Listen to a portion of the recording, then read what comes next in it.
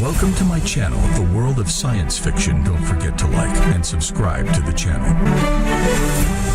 The wind screamed across the wasteland like something alive and furious. Jason Rowe tightened the last cable on the rusted antenna, his hands raw from the cold metal when the sky split open above him.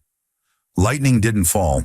It crawled, branching across the sand in veins of white-hot glass that left after-images burned into his vision. He dropped flat against the roof of his hut, palms scraping corrugated steel, pulse hammering in his throat. Then he heard it. Not thunder, engines, a roar that cut through the wind like a blade. He twisted around, squinting through the dust cloud, rolling toward him like a wall. 3 figures burst through it, cloaked, moving fast, weapons slung low across their backs. Their eyes caught the stormlight, glowing pale green behind cracked goggles. Huntresses, corporate deserters, the kind tiring security shot on sight. The lead one barked over the wind, voice distorted by a respirator. "Shelter! Now!" Jason scrambled to his feet, wrench still clutched in his fist. "One more step and you die." The smallest one, a woman he thought, though the dust made it hard to tell, pulled down her mask. Dark eyes met his, unblinking. Her face was young, scarred along the jaw, streaked with sand. Then live or die alone. Your choice. Thunder hit like a physical blow. The roof groaned, metal shrieking as one corner tore free. Jason felt the wind try to rip him off his feet. He stepped back. "Get inside." They didn't wait for a second invitation. The 3 of them crashed through his door in a tangle of limbs and weapons, bringing half the storm with them. Sand poured across his floor. The wind slammed the door so hard the frame cracked. Jason threw his weight against it, forcing the bolt home, and the world outside became muffled, still furious, but distant now. Inside, the air was thick and hot. His generator hummed in the corner, struggling. The Huntresses spread out immediately, instinct taking over.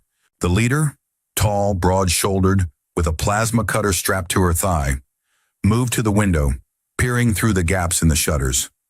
Another one, wiry and silent, checked the corners, hand on a sidearm. The small one who'd spoken stood in the center, breathing hard, eyes locked on Jason. "Nia," she said, not an introduction, a warning. Jason kept the wrench visible. "What are you running from?" The leader didn't turn. "2 dead, 1 missing. We move at dawn." The lights flickered. The generator whined, pitched higher, then cut to silence. Total blackout. Someone screamed in the dark. Jason's heart kicked hard. He couldn't see anything, couldn't hear over the sound of his own pulse and the wind battering the walls. He dropped low, wrench raised, trying to orient himself in the sudden void. A hand grabbed his wrist, fast, strong, twisting the weapon out of his grip before he could react. "Don't," Nia's voice close enough to feel her breath. "We're not here to hurt you." "Then let go." She did. The wrench clattered to the floor.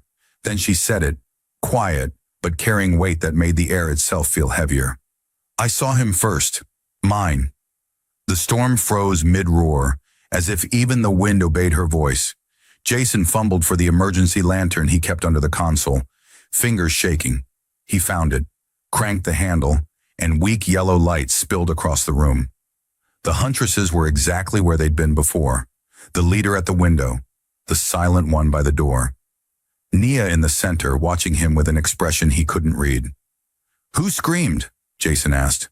The leader turned, face grim. "Kess. Thought she saw something move." The silent one, Kess, was pale, eyes wide. She pointed at the corner near the ceiling where shadows pooled. "There was something, I swear." Jason followed her gaze. Nothing. Just old wiring and rust stains. "Storm's getting to you," the leader said. Not unkind, but final. Nia moved closer to Jason, arms crossed. "How long until it passes?" 6 hours, maybe 8. He set the lantern on the console, trying to steady his hands. "Depends how angry she wants to be." "She?" "The desert. She throws these every few weeks. Tears up everything that's not bolted down." He gestured at the walls. "This place used to be a relay station, back when Tyrant X still cared about the outer grid." The leader's eyes narrowed. "You work for them?" "Used to. Contract ended 3 years ago. They never came back to collect the equipment. Jason shrugged. So I kept it. And they let you? They forgot about me. Nia studied him, head tilted. No one forgets a relay station. Not out here. Then maybe they decided I wasn't worth the fuel to retrieve. Jason moved toward the console, keeping his movements slow and obvious. You want heat? Power? I can get the generator running again. The leader stepped between him and the controls. Stay where I can see you. Then freeze. She stared at him for 3 long seconds, then stepped aside. Do it. But if you touch anything that looks like a transmitter, I put a hole through your spine. Jason knelt beside the generator housing, popping the access panel. The smell of hot metal and ozone hit him immediately. A blown capacitor, easy fix. He pulled his toolkit from the shelf, aware of 3 sets of eyes tracking his every move. What are your names? He asked, not looking up. Don't need names for 6 hours, the leader said. Nia crouched beside him, close enough that he felt the heat radiating off her suit. Hers is Saria. You already know mine. Kess doesn't talk much. Smart woman. She lost her tongue 2 years ago, severed during an interrogation. Jason's hands paused on the capacitor. Tyrants? Who else? Nia's voice was soft, but something cold lived underneath it. They wanted to know where our camp was. She wouldn't tell them, so they made sure she'd never tell anyone anything again.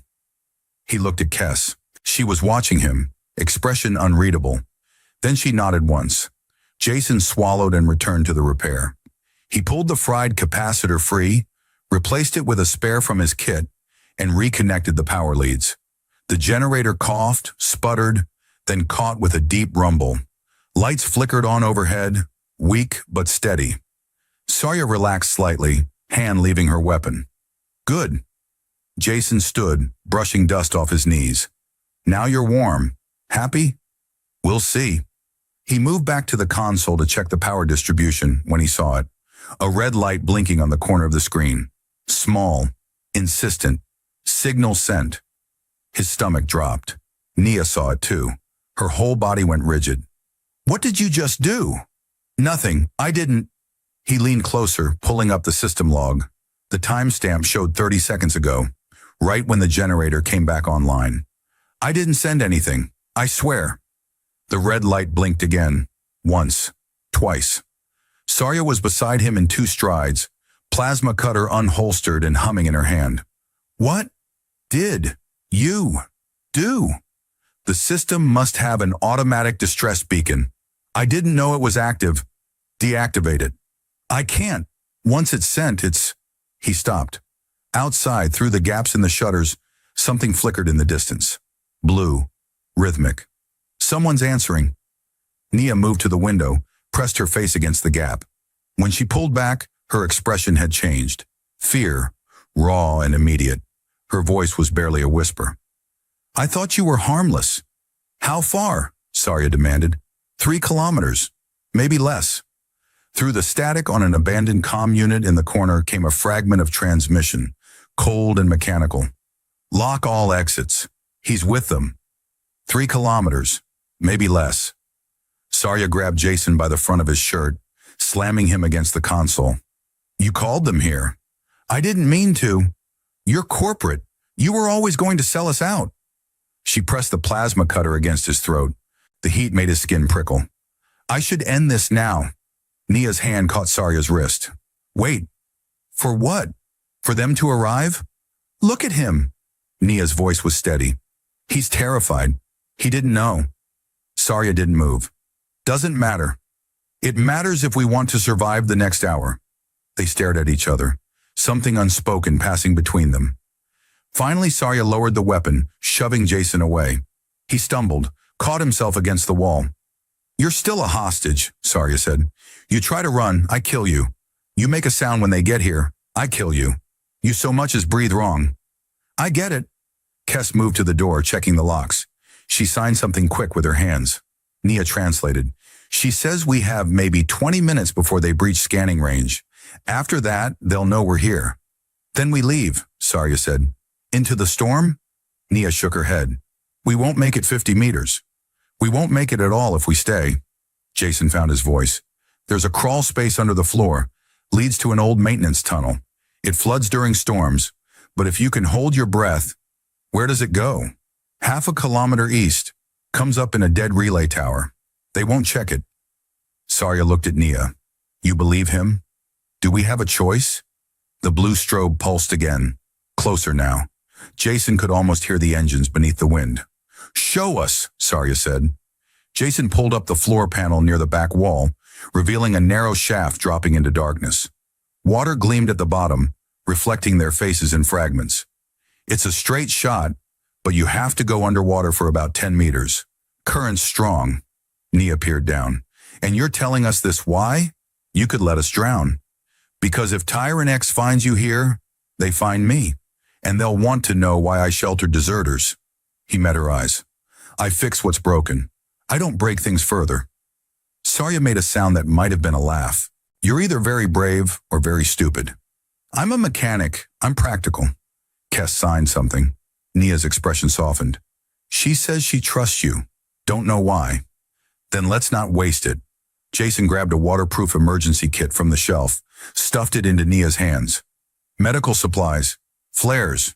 You'll need them. Outside, the engines grew louder. The blue strobes painted the walls in pulses. Sarya went first, dropping into the shaft without hesitation. She hit the water with a splash that echoed up through the space. A moment later, her voice floated back, distorted. Current's worse than he said. Kes, you're next. Kes hesitated, looking at Jason. Then she touched 2 fingers to her forehead. A salute or a blessing, he couldn't tell. And dropped. Nia was the last. She stood at the edge, 1 foot already in the shaft, when she turned back. If we die down there, you won't. I want you to know I saw you first. What? But she was gone, swallowed by the darkness. Jason slammed the panel shut, kicked debris over it, and moved back to the console. His hands were shaking so badly he could barely work the controls. He pulled up the beacon log, tried to scramble the signal, make it look like a malfunction.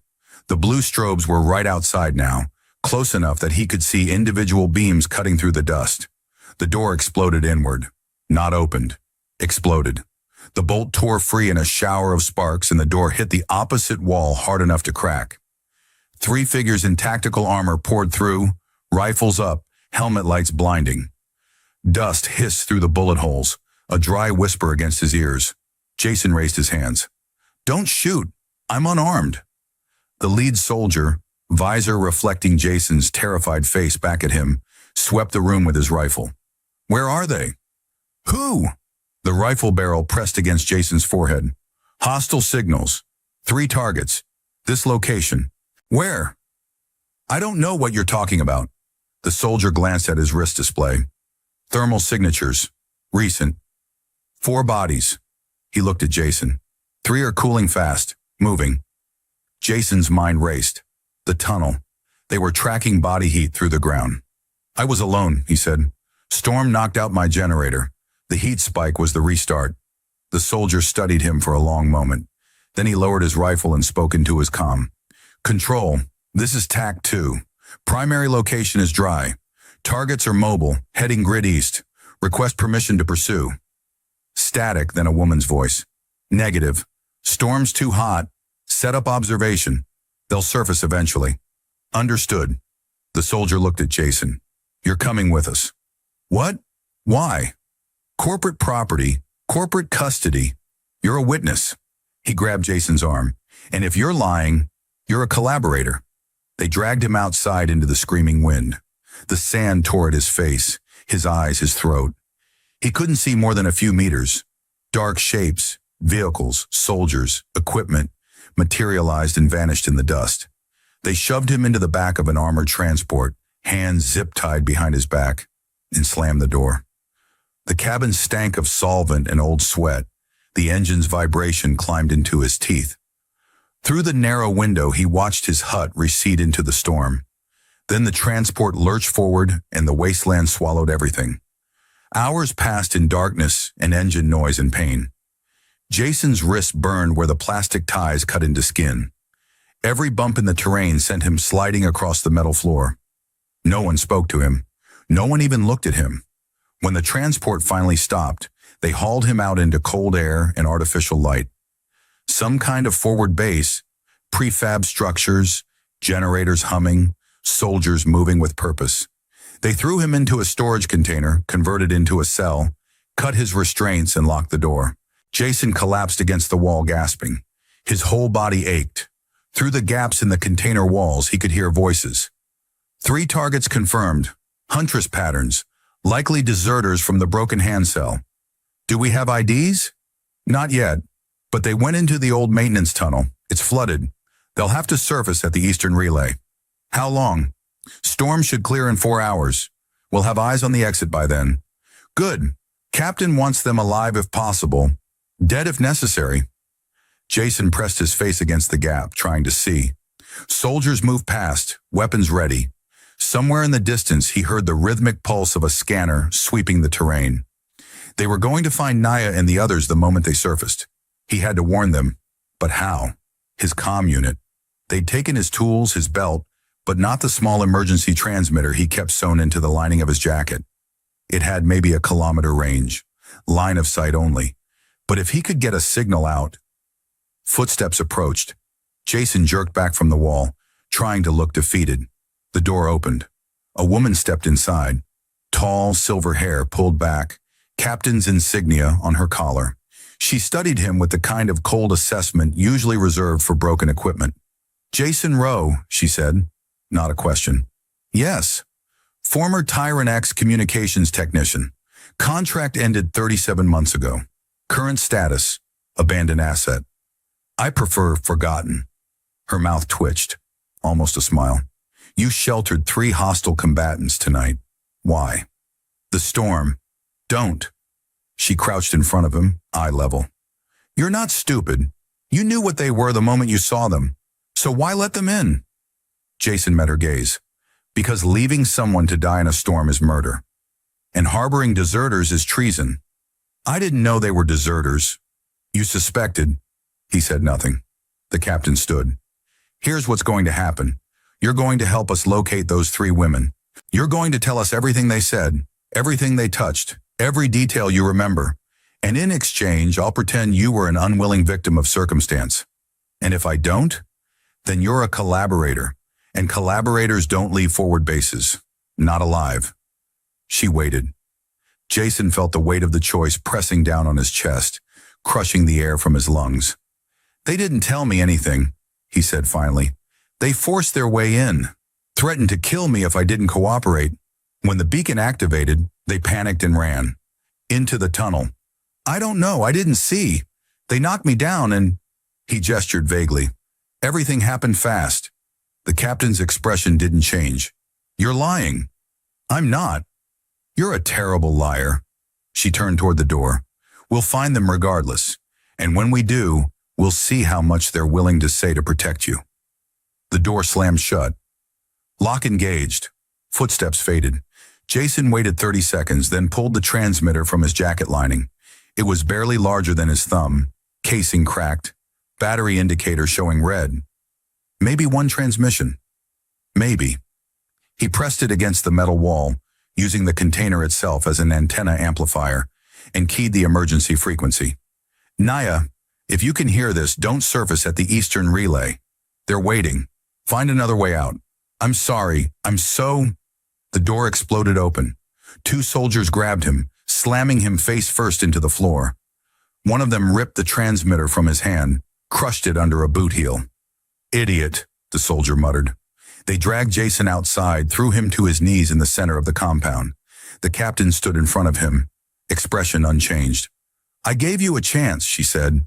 They're going to die if... Everyone dies eventually. She nodded to the soldiers. Strip him. Check for anything else. They pulled off his jacket, his shirt, searched every pocket and seam. Found nothing. But the damage was done. His transmission had given away the ambush. Assuming Nia was even listening. Assuming she was still alive. The captain leaned down, voice low. You just killed yourself for 3 strangers. Was it worth it? Jason looked up at her, face bruised, lips split. Ask me when they're safe. She straightened. Take him back to the cell. Double guard. No communication. They threw him inside and locked the door. This time they stationed 2 soldiers right outside, rifles ready. Jason lay on the cold metal floor, breathing shallow, tasting blood. Through the walls, he could hear activity ramping up, engines starting, soldiers mobilizing. The storm was clearing. They were getting ready to move. He closed his eyes and tried not to think about Nia's face in the lantern light. Tried not to remember the way she'd said, "I saw you first." Tried not to imagine what would happen when Tarangs found them. But imagination was all he had left. The container shuddered as heavy equipment moved past outside. Jason pushed himself up, head spinning. How long had he been unconscious? Minutes? Hours? The light through the gaps looked different. Paler, steadier. Dawn, maybe. Or the storm finally breaking. He pressed his ear against the wall and listened. Confirmed. 3 heat signatures emerging at secondary access point. Grid north-northeast. Distance? 800 meters and closing. Intercept Team Alpha. Move to position. Shoot to wound. Captain wants them breathing. Jason's chest tightened. They'd found them. Nia had gotten his message. Change course. But it didn't matter. Tyrants had eyes everywhere. The soldiers outside his door moved away, called to join the intercept. Jason waited until their footsteps faded, then examined the container door. Solid. Locked from the outside. No way through. But containers had ventilation panels. He found it near the ceiling, a grated opening barely wide enough for his shoulders. He stacked everything he could find, empty supply crates, a broken chair, and climbed. The grate was corroded, screws rusted. He worked them loose with his fingers, ignoring the pain as metal tore skin. The grate came free. Jason squeezed through, shoulders scraping, and dropped into the narrow gap between his container and the next. The base sprawled around him, temporary structures, vehicles, soldiers running toward the perimeter. Everyone focused outward.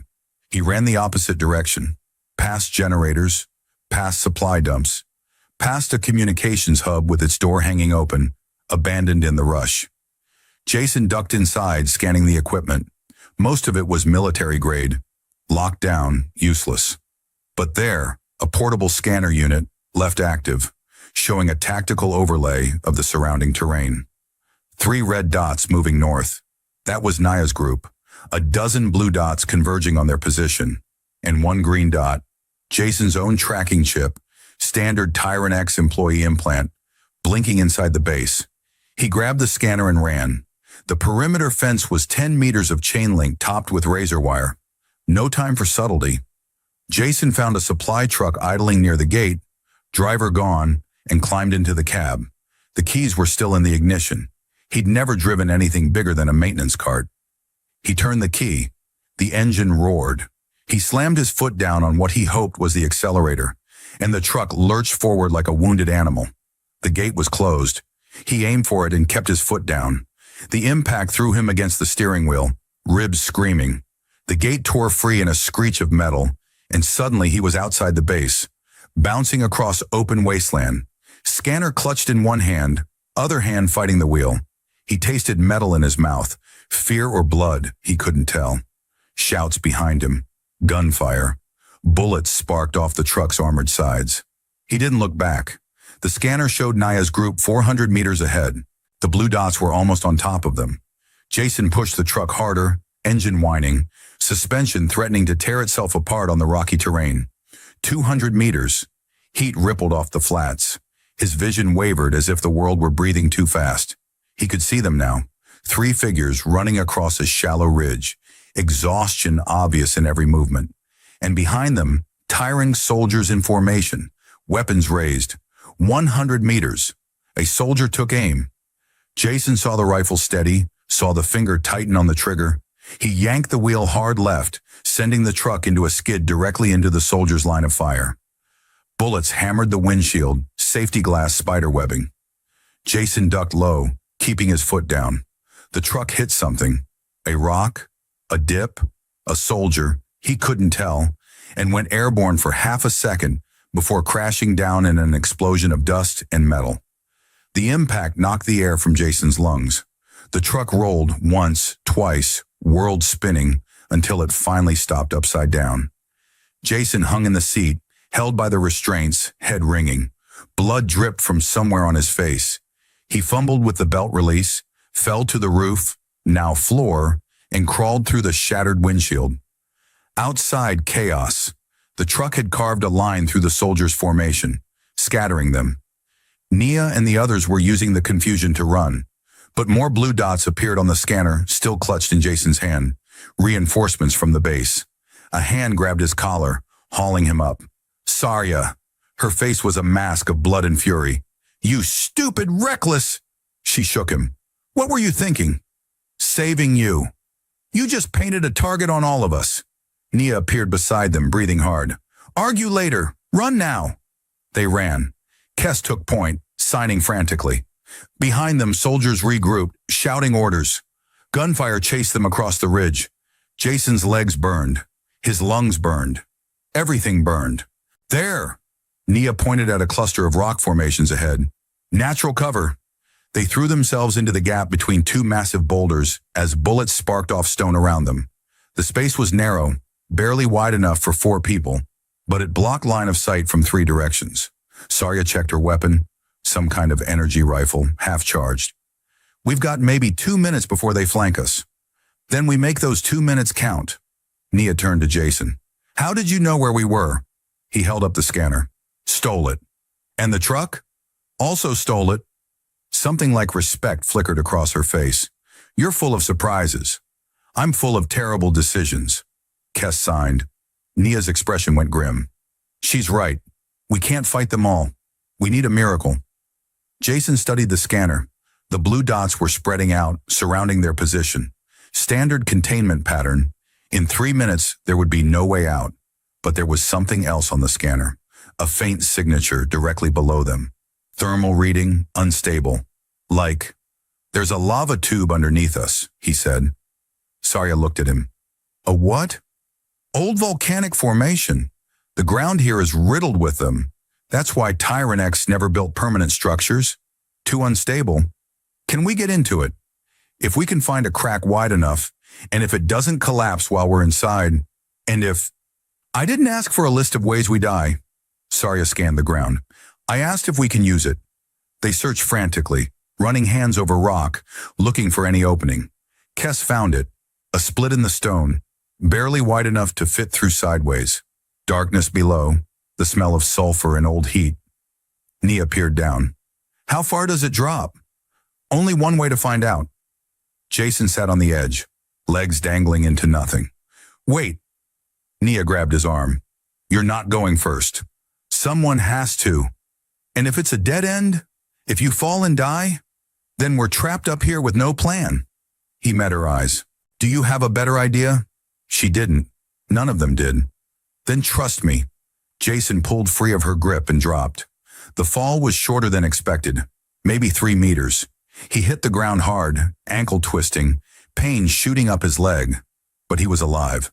The tube stretched in both directions, maybe 2 meters wide. Walls smooth and glassy from ancient heat. "It's good," he called up. "Come on."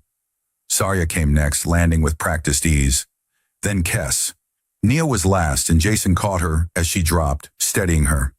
"Thanks," she breathed. Above, voices shouted, boots on rock. The soldiers had reached their position. "Move!" Sarya hissed.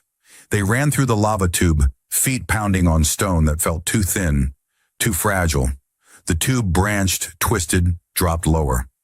Jason led them deeper, following instinct and the faint current of air that meant an exit somewhere ahead. Behind them, muffled gunfire. The soldiers had found the crack. Someone was coming after them. The tube narrowed. They had to crouch, then crawl. Jason's injured ankle screamed with every movement. The walls pressed close, closer. His breathing came quick and shallow. "Not now, don't panic now." Then light ahead, real light, daylight. They scrambled toward it and emerged into a narrow canyon, walls rising 30 meters on either side. The storm had passed completely now. The sky was that particular shade of orange-red that meant midday on this world. Nia looked around. "Where are we?"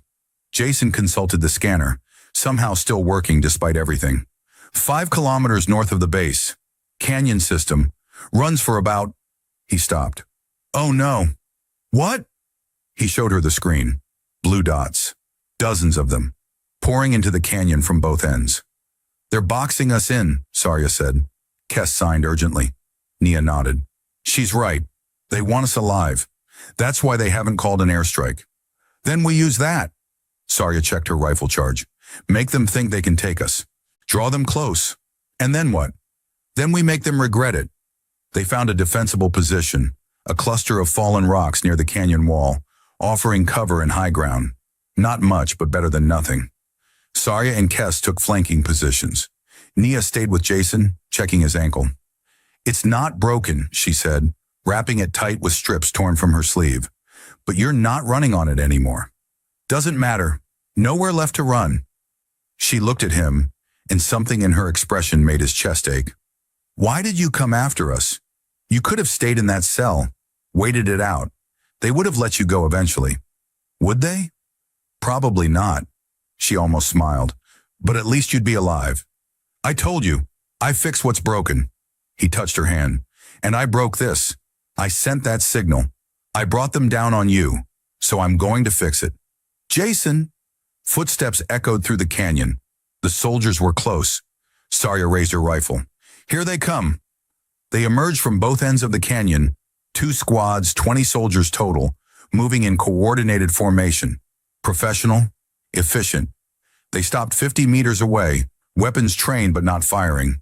The captain from before stepped forward, amplified voice carrying across the space. You're surrounded. You're outgunned. This ends one of 2 ways. Come peacefully and I guarantee your safety during processing. Or die here and I guarantee nothing. Sarya called back. Define processing. Interrogation. Trial.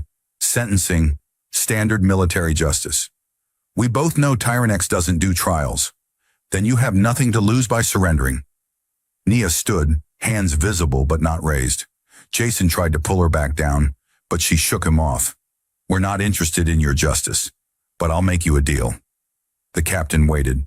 Let the mechanic go. He's not part of this. He was a hostage, like he said. You've got your real targets right here. Nia, what are you... Jason started. She cut him off with a look. To the captain. You want us alive. We want him alive. Seems like a fair trade. Jason grabbed her arm. No deals. I'm not leaving. You don't have a choice. She turned to him, and her eyes were bright with something that looked like tears but couldn't be. Huntresses didn't cry. You were never part of the storm. You were the calm. Remember that.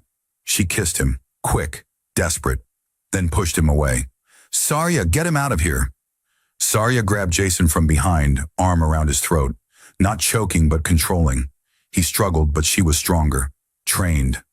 I'm sorry, Sarya whispered in his ear. She dragged him backward, toward a side passage he hadn't noticed. Kes provided cover, firing controlled bursts that kept the soldiers pinned. Jason fought every step, but it was useless. His injured ankle gave out, and Sarya simply hauled him, one-armed like he weighed nothing. The last thing he saw was Nia standing alone in the center of the canyon, hands raised as soldiers closed in around her. Then Sarya threw him into the side passage, and the canyon disappeared. They ran, or rather Sarya ran, dragging Jason stumbling behind her. Kes brought up the rear, weapon ready. The passage twisted, climbed, finally emerged onto a plateau overlooking the canyon. From up here, Jason could see everything. The soldiers surrounding Nia, the captain stepping forward.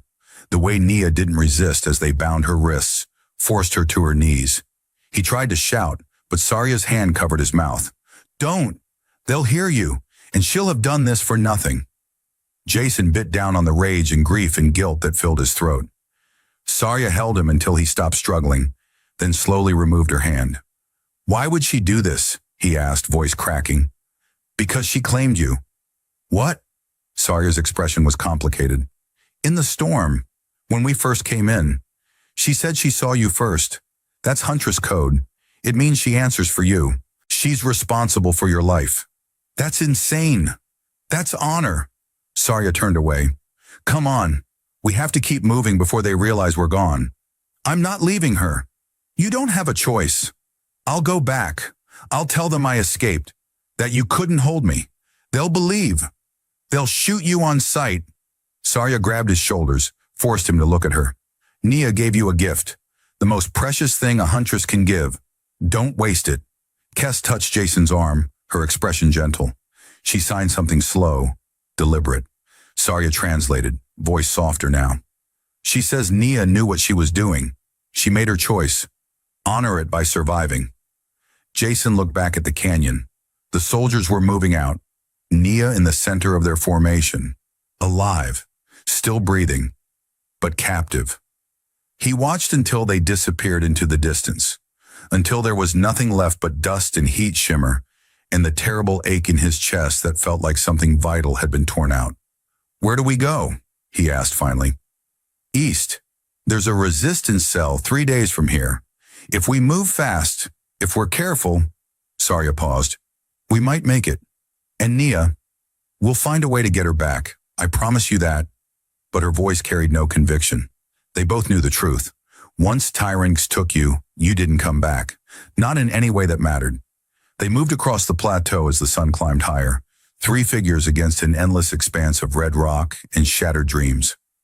Jason's ankle throbbed with every step, but he didn't complain. Pain was good. Pain meant he was still alive when Nia wasn't free. Hours passed in silence. Sarya led them through terrain that seemed impassable.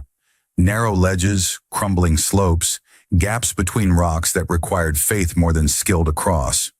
She moved like someone who'd spent a lifetime running, and maybe she had. When the sun began its descent, painting everything in shades of copper and shadow, Sarya finally called a halt. They made camp in the shelter of an overhanging rock face.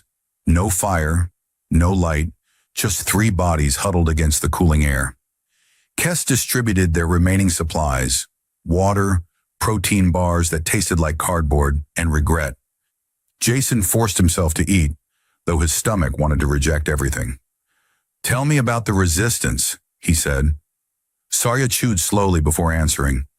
"They're what's left of the original colonists, before Tyrant X came, before this world became a mining operation masquerading as civilization."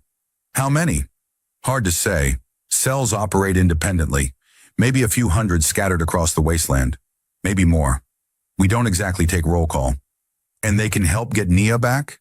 Sarya met his eyes. "They can try. That's all I can promise." Jason nodded. It would have to be enough. They slept in shifts, 2 awake while 1 rested. When Jason's watch came, he sat with his back against cold stone and watched the stars wheel overhead. Different constellations than Earth, different sky, different world. But the loneliness felt exactly the same. Kess was on watch with him. She sat a few meters away, weapon across her lap, eyes scanning the darkness. After a long silence, she pulled out a small device, some kind of portable data pad, screen cracked but functional, and typed something. She turned it toward Jason. The words glowed blue in the darkness. "She talked about you, after the storm started, before we reached your hut." Jason stared at the screen. "What did she say?" Kess typed. "That she saw someone through her scope, working on the antenna, completely focused, like the storm didn't exist, like he couldn't be distracted from fixing things even if the world ended around him. She said that kind of focus was rare, worth protecting. I was just doing my job. That's what she liked. No heroics, no glory. Just someone who does what needs doing." Kess paused, fingers hovering over the screen. Then, "She was going to ask if you wanted to leave with us, before everything went wrong." Jason felt something crack inside his chest. "Leave where?" "The wasteland, the fighting, all of it. There are places beyond Tyrant X's reach. Not many, not safe, but they exist." Kess looked at him. "She thought maybe you'd want that. A fresh start. With her. She barely knew me. Sometimes that's enough. Sometimes you see someone and you just know." Kess turned off the datapad. She knew. Jason sat with that information, turning it over in his mind like a piece of broken machinery he couldn't quite understand. Nia had seen something in him, something worth claiming, worth protecting, worth dying for, and he'd let her walk into captivity. No, she'd chosen it, given him that choice as a gift. But gifts could be returned, debts could be repaid. He just had to figure out how. Dawn came too quickly. They packed up and moved out, heading east into terrain that grew progressively more hostile. The rock gave way to loose sand that sucked at their feet, made every step an effort. The temperature climbed. By midday, the heat was a physical weight pressing down on them. Jason's water ran out first. Sarya shared hers without comment. Kess ranged ahead, scouting, her scarred face set in permanent determination. They were crossing a dry wash when Kess suddenly froze, hand raised in a fist. Sarya dropped immediately, pulling Jason down with her. They lay flat against the sand, barely breathing. A sound, low, rhythmic. Engines.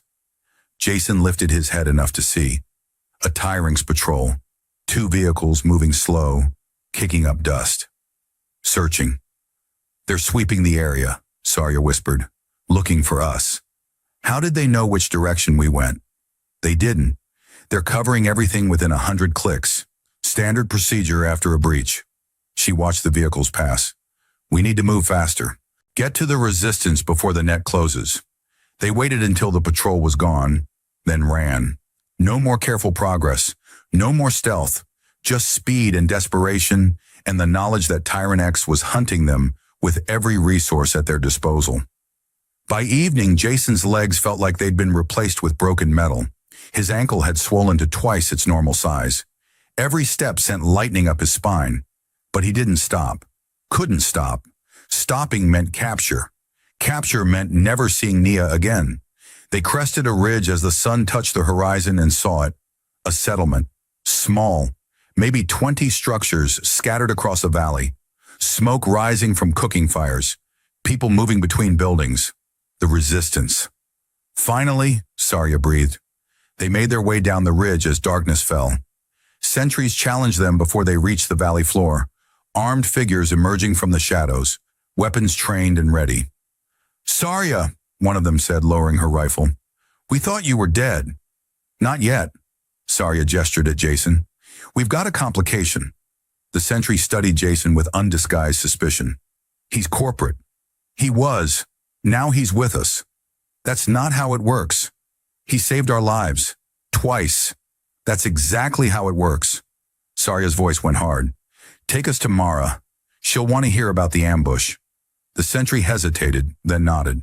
Follow me. They were led through the settlement, past curious stares and hostile glares, to the largest building.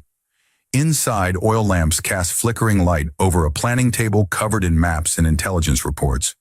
A woman stood bent over them, gray-streaked hair pulled back, burn scars covering half her face. She looked up as they entered. Sarya, where's Nia? Sarya's expression answered before her words did. Captured. Yesterday. Tyrannex has her. Mara closed her eyes briefly. How? Sarya explained. The storm, Jason's hut, the beacon, the ambush, Nia's sacrifice. All of it. When she finished, silence filled the room like a living thing. Mara turned to Jason. You're the mechanic. Yes. The one who sent the signal that got my people killed. It was an accident. The system, I don't care if it was an accident. Mara moved around the table, and Jason saw the weapon on her hip, the way her hand rested near it. 3 of my best people went into that storm. Only 2 came back. Because of you. Because of Tyrannex, Jason said. Because of their technology, their systems, their war. I'm just someone who got caught in the middle. Everyone's caught in the middle. That's not an excuse. I'm not making excuses. I'm telling you what happened. Jason stepped forward, ignoring Sarya's warning hand on his arm. And I'm telling you I want to fix it. Help me get Nia back. Mara laughed, but there was no humor in it. Get her back. Do you have any idea where Tyrings took her? No. Do you have any idea what they're doing to her right now? The interrogation? The torture? Jason's jaw tightened. That's why we need to move fast. We don't even know which facility she's in. Tyrants has 40 black sites scattered across this continent. She could be in any of them. Or already dead. She's not dead. They wanted her alive. For interrogation. Once they have what they need, Mara made a cutting gesture. Then we find her before they're done. With what resources? What intelligence? What plan? Mara shook her head. I'm sorry, mechanic. I know you care. But caring doesn't win battles. It doesn't bring people back. Jason felt something snap inside him. The exhaustion, the pain, the guilt. All of it crystallized into cold, clear fury. "You're right," he said. "Caring doesn't win battles, but I know something that does. Information. And I've got plenty of that." Mara raised an eyebrow. "Explain." "I worked for Tyrant X for 8 years. Communications, security protocols, facility layouts. I know how they think, how they operate, where they're vulnerable." Jason pulled out the scanner, somehow still in his pocket, still working. "And I've got access to their tactical network. Limited, but enough. Enough to find where they took Nia, enough to find a way in. And a way out? That's the hard part. That's the only part that matters." But Mara was studying him differently now, calculating. "Show me what you've got." Jason brought up the scanner's interface, navigated through layers of encrypted data. It took him 20 minutes, hacking protocols he'd helped design, exploiting backdoors he'd installed for maintenance purposes years ago. But finally he found it. A transport manifest. Dated yesterday. 3 prisoners transferred from Forward Base Epsilon to Processing Center 7. "There," he said, pointing at the screen. "That's her." Mara leaned in, reading. Her scarred face showed nothing. "Processing Center 7. That's a hard facility. Maximum security. They keep high-value assets there. Can we reach it?" "It's 200 kilometers south, through Tyrant X-controlled territory, past 3 checkpoints and a major supply depot." She straightened. "It would take an army. We don't have an army." "Then we use what we do have." Jason looked at Sarya. "You said the Resistance has cells everywhere. How many can you mobilize? For a suicide mission? Not enough. Not suicide. Precision." Jason turned back to the scanner, pulling up facility schematics. Processing Center 7 was built on an old mining operation. I worked there during construction. I know the layout. I know the weak points. He traced a line on the map. The waste management system runs underground, connects to the old mine shafts. Tyrant X has sealed most of it, but not all. There's an access tunnel here. He pointed. Maintenance hatch, poorly monitored because it floods during rain season. We go in there, we bypass 90% of their security. Mara studied the map.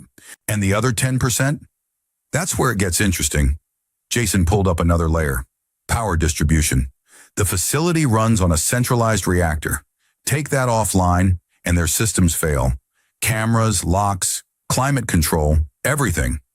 They have backup generators, which take 90 seconds to kick in. That's our window. 90 seconds to get in, find 1 prisoner among hundreds, and get out. Sarya shook her head. "That's impossible." "No, that's just really difficult." Jason met her eyes. "And I owe Nia my life, so I'm willing to try really difficult." Silence. Then Kess signed something. Sarya translated, voice careful. "She says she's in. Nia's her sister. Blood or not, she's in." Mara looked between them. "You're all insane." "Probably," Jason agreed. "Are you going to help us or not?" Another long silence. Then Mara smiled. Sharp, dangerous, the expression of someone who'd been fighting losing battles for so long that one more didn't matter. "I'm going to regret this," she said. "But yes, I'll help. On one condition." "Name it."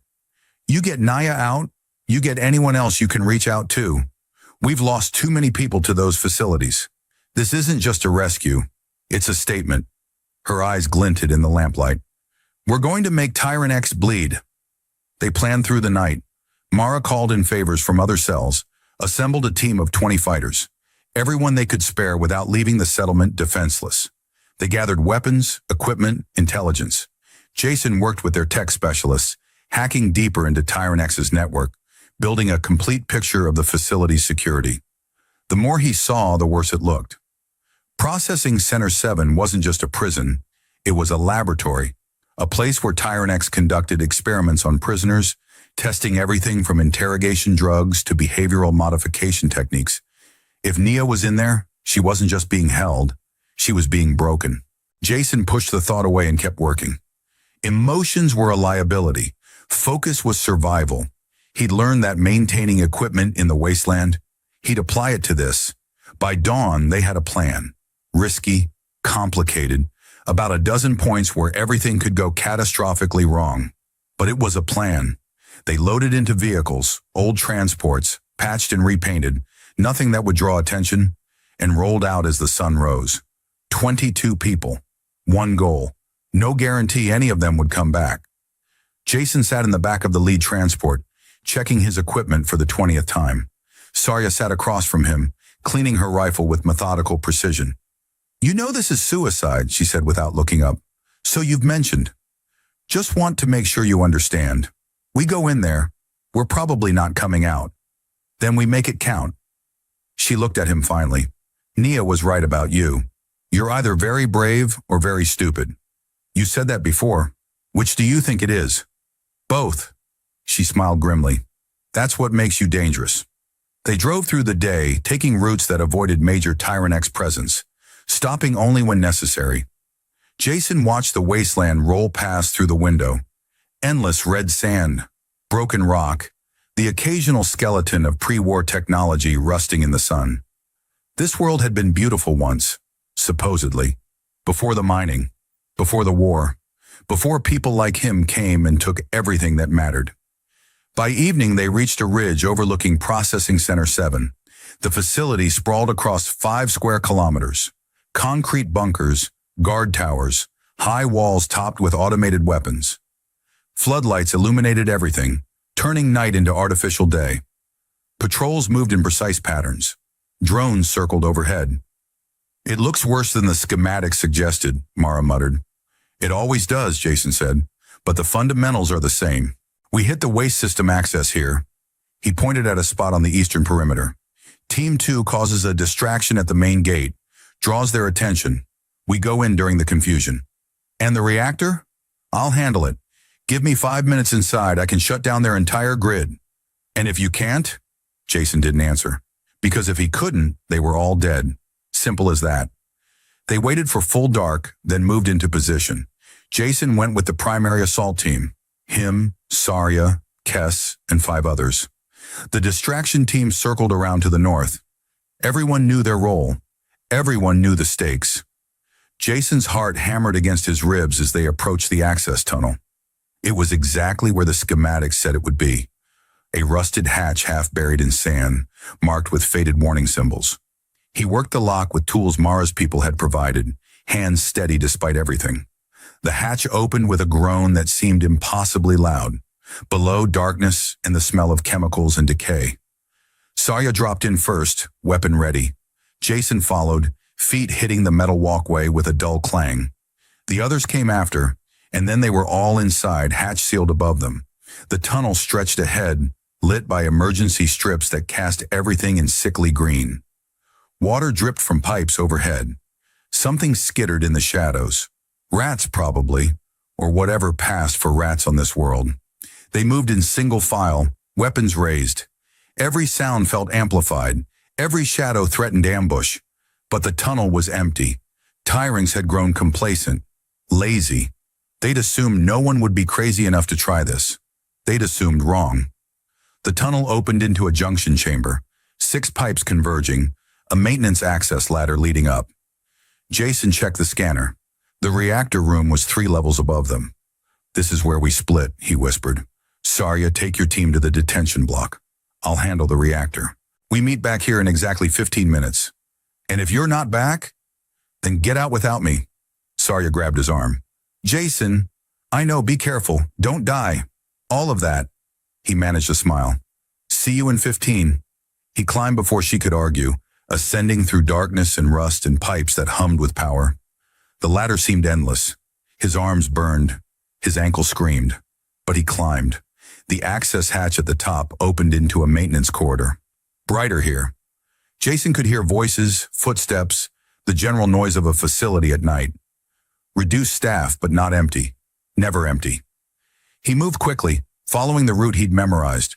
2 corridors, 3 turns, past a checkpoint manned by a single guard who was more interested in his data pad than his job. Into a service stairwell. Up 2 more flights. The reactor room door stood at the end of a long hallway. Locked. Naturally. But Jason had spent 8 years learning tiring security systems. He had the door open in 90 seconds. Inside, the reactor hummed, a massive cylinder of metal and force fields, feeding power to the entire facility. Control panels lined the walls, displaying data streams Jason could read like his native language. He got to work. Shutting down a reactor safely took hours. Doing it dangerously took 90 seconds. Jason went for dangerous. He bypassed safety protocols, rerouted power conduits, fed false data to the monitoring systems. The reactor's hum changed pitch, rising from a purr to an angry whine. Alarms shrieked. Red lights flooded the room. In the detention block, Sarya heard the alarms and moved. She'd been waiting at the edge of the cell block, watching guards scramble in confusion as lights flickered. Now, as everything went dark except emergency lighting, she and her team rushed forward. The electronic locks failed. Cells' doors slid open. Prisoners emerged, confused, terrified, hopeful. Sarya scanned faces, looking for one in particular. "Nia!" she shouted. "Nia, where are you?" A voice, weak but familiar. "Here!" Sarya ran toward it, the cell at the end of the block. And there she was, Nia, slumped against the wall, face bruised, one eye swollen shut, but alive, breathing, conscious. "I knew you'd come," Nia whispered. "Can you walk?" "I can run if I have to." Sarya hauled her up, supporting her weight. Kess appeared beside them, signing frantically. More prisoners were flooding the corridors now, hundreds of them, all heading for any exit they could find. Chaos. Perfect chaos. They joined the flood, using the massive bodies as cover. Guards fired into the crowd, but there were too many targets, too much confusion. The resistance fighters returned fire, creating corridors of escape. In the reactor room, Jason finished his work. The reactor was in full meltdown now. Not nuclear, not dangerous to anyone outside the immediate facility, but catastrophic enough. He set the final sequence and ran. He made it 3 steps before someone grabbed him from behind. The captain, the same one from the forward base. Her face twisted with fury. "You!" she spat. "You did this!" Jason didn't answer, just drove his elbow back into her ribs, twisted free, and ran. She fired after him, bullets sparking off metal, but he was already around the corner, already moving. He hit the maintenance corridor at full sprint. Ankle forgotten, pain forgotten. Everything forgotten except the need to reach the extraction point. Behind him, the facility was tearing itself apart. Prisoners rioting, guards overwhelmed, systems failing. Perfect chaos. He reached the junction chamber. Sarya was there, supporting Nia. Kess was there. 5 other resistance fighters, and a dozen prisoners who'd followed them, desperate for any chance at freedom. "Go!" Jason shouted. "Everyone move!" They poured into the waste tunnel, sliding and stumbling in the dark. Jason brought up the rear, sealing hatches behind them as they went. The facility's roar faded to a muffled thump, then silence, then just their breathing and footsteps. They emerged into the wasteland under a sky full of stars. Behind them, Processing Center 7 burned, not literally, but metaphorically. Lights flickering, alarms wailing, guards pouring out, trying to contain the damage. The resistance vehicles were waiting, engines running. Everyone piled in. Jason collapsed into a seat, chest heaving, adrenaline crash hitting him like a physical blow. Nia was across from him, supported by Sarya and Kess. Her eyes found his through the dim interior light. "You came for me," she said. "I told you. I fix what's broken." "I'm not broken." "Then I complete what's unfinished." Jason smiled. "How's that?" She tried to laugh, but it turned into a cough that made her wince. "Better." The vehicles pulled away from the facility, heading into the deep wasteland where even Tyrannex's surveillance couldn't follow. Jason watched Processing Center 7 recede in the distance, its lights like dying stars. "We did it," Sarya said, sounding surprised. "We survived," Mara corrected from the driver's seat. "That's not the same as winning." "It is for today." They drove through the night, putting distance between themselves and Tyrannex's territory. The freed prisoners sat in shocked silence, processing freedom like a foreign language. Some cried, some stared at nothing, some whispered prayers to gods Jason didn't know. As dawn broke, they stopped to rest and redistribute resources. Jason found Nia sitting apart from the group, staring at the horizon. He sat beside her without speaking. After a long silence, she said, They wanted information about resistance cells, locations, numbers, supply routes. Did you tell them? I told them lies mixed with enough truth that they believed me. Sent them looking in empty desert. Gave them coordinates to abandoned sites. She looked at him. They'll figure it out eventually. When they do, they'll come harder than before. Then we'll be ready. Will we? Nia's voice was soft, hollow. I saw what they're building in there, Jason. New weapons, new strategies. They're not just trying to pacify the resistance anymore. They're trying to erase it. Make it like we never existed. They can try. They'll succeed. Eventually. She closed her eyes. We're fighting a war we can't win. All we can do is make it cost them. Make them remember we were here. That we mattered. Jason wanted to argue. Wanted to tell her they could win. That there was hope. That everything would be okay. But he'd never been good at lying. So instead, he just sat with her as the sun rose over the wasteland, painting everything in shades of amber and gold.